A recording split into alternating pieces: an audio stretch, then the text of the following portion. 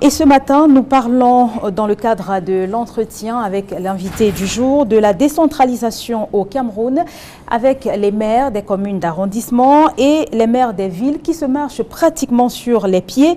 Entre la mairie de Yaoundé 1 et le maire de la ville de Yaoundé, le conflit fait rage, notamment au sujet des travaux du marché du Fungi. Et pour ce qui est de la ville de Douala, le maire de Douala 2e et le maire de la ville de Douala, justement, sont à couteau tiré sur la gestion du marché central de Douala. Comment comprendre donc ce conflit d'intérêts entre ces différentes personnalités? C'est vrai que ce n'est pas un sujet qui date d'aujourd'hui. Nous tentons donc de le comprendre avec notre expert du jour.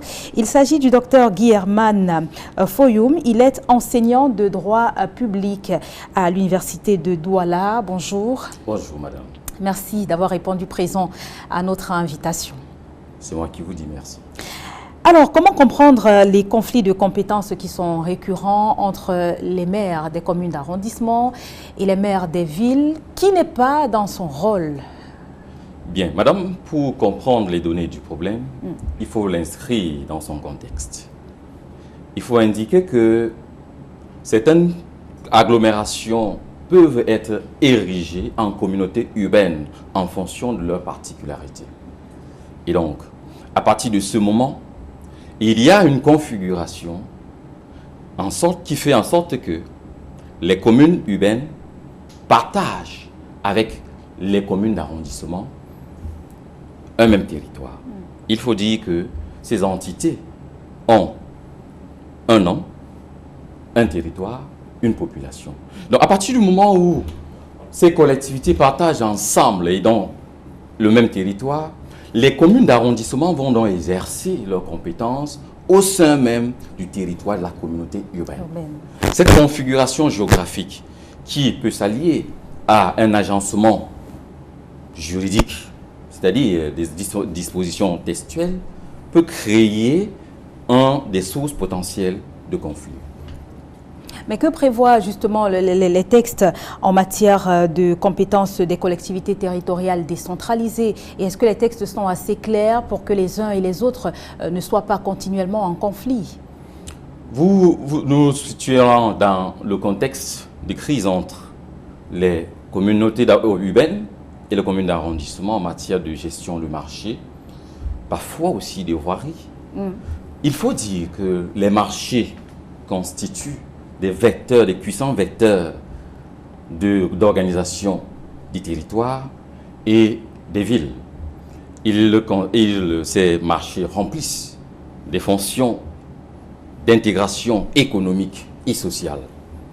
Et à partir de ce moment, pour comprendre le problème aujourd'hui, il faut remonter à 2015, peut-être même avant 2015, en 2004, parce que les lois de 2004 ne prévoyait pas de distinction claire entre les domaines de compétences de la communauté urbaine par rapport à celles des communes d'arrondissement. Les lois de 2004 prévoyaient les mêmes compétences pour les communautés urbaines et pour les communes d'arrondissement, avec pour critère de distinction l'intérêt communautaire pour la communauté urbaine et l'intérêt communal pour les communes d'arrondissement. Le problème était donc de savoir à partir de quel moment on va savoir qu'une compétence, la même compétence qui sont transférées, serait de l'intérêt communautaire ou alors de l'intérêt communal. Et donc, en 2015, c'est-à-dire le 8 juin 2015, le Premier ministre a signé un décret. Ce décret fixe les modalités d'exercice de certaines compétences transférées aux communes en matière de commerce. Et ce décret, justement, précise que les communes d'arrondissement, les communes en général, gèrent les marchés de leur ressort territorial. Et le problème juridique qui est réglé par le décret crée finalement un problème pratique. Parce que finalement, les communes d'arrondissement vont chercher à s'approprier la gestion des marchés de leur territoire. Alors même que certains de ces marchés ont été construits par la communauté urbaine. Il y a eu un une concertation interministérielle a l'effet justement de résoudre le problème et donc d'éliminer et d'éviter des conflits. Et ce qui avait été arrêté était indiqué justement que non, l'État transfère plutôt la gestion des marchés que lui-même l'État a créé. Donc il transfère ces marchés aux communes. Et il ne transfère pas les marchés créés par les communautés urbaines. Sauf que, en 2019, avec la loi le Code général des collectivités territoriales décentralisées, la loi du 24 décembre 2009, ces compétences, la compétence à création des marchés cette compétence ne ressortit plus. Je voudrais dire, cette matière ne relève plus de la compétence des communautés urbaines. Il va donc falloir gérer le problème à partir du moment où les compétences sont claires. Comment partir d'une situation où les communautés urbaines gèrent les marchés, ont créé des marchés. À partir du moment où cette matière ne relève plus de leurs compétences, on ne peut plus comprendre qu'ils aient à créer des nouveaux marchés.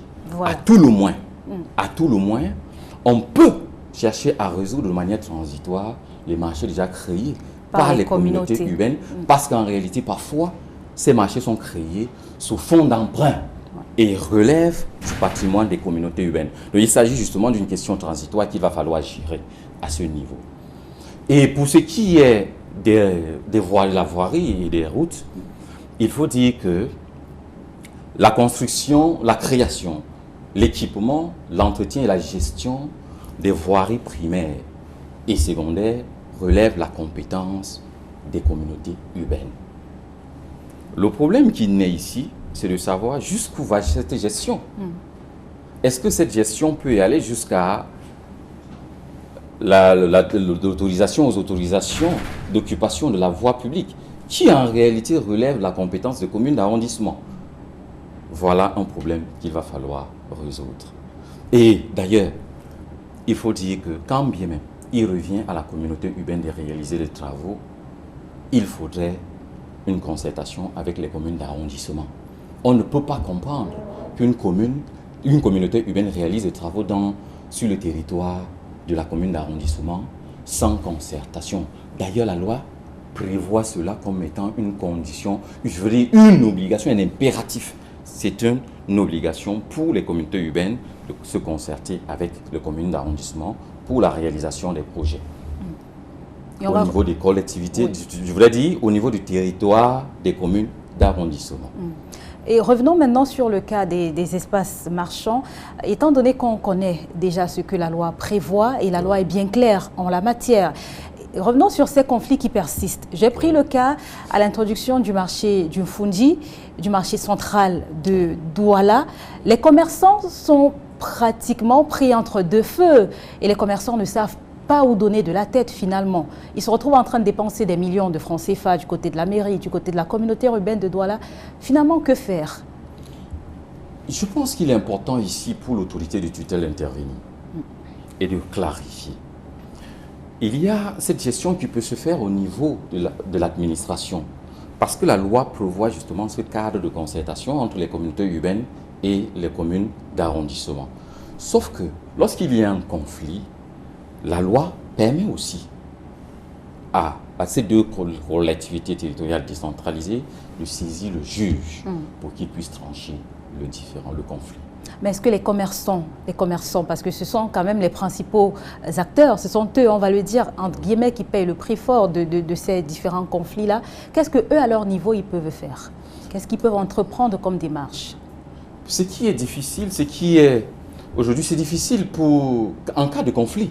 C'est difficile pour les commerçants. Parce qu'à un moment donné, celui qui l'a installé, si à un moment donné, il revient et il lui demande de verser quelques frais qu'il soit, et s'il s'oppose, il peut l'expulser. Vous voyez, donc c'est un contexte un peu difficile, et je pense qu'on gagnerait justement, au moins l'autorité de tutelle devrait justement intervenir urgemment dans ce contexte si aucune autorité décentralisée, c'est-à-dire de la communauté urbaine ou de la commune d'arrondissement, ne saisit le juge pour trancher. Pourtant, c'est une voie de droit qui est ouverte. la gestion décentralisée est un processus qui n'est pas encore bien appréhendé par les collectivités. Mais est-ce qu'on progresse quand même lorsqu'on parle de décentralisation au Cameroun? Est-ce qu'on voit quand même une volonté de faire des pas, un pas après l'autre, ou alors on stagne? Non, non, il y a une volonté d'avancer. D'ailleurs, la loi, le Code général de collectivité territoriale décentralisée a évolué dans ce sens-là, dans la répartition des compétences.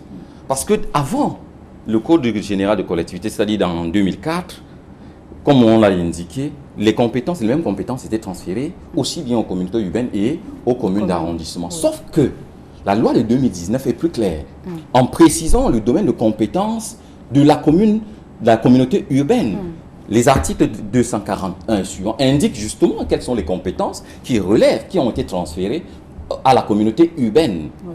Ce qu'il faut justement, c'est de respecter ces compétences transférées, étant entendu que la commune d'arrondissement exerce les compétences qui sont transférées aux communes, à l'exclusion, je veux dire, à l'exception de celles qui sont confiées à la communauté urbaine. Merci en tout cas d'avoir répondu à notre invitation et d'avoir partagé avec nous toutes ces explications qui, on l'espère, vont beaucoup aider nos téléspectateurs. Nous l'espérons bien.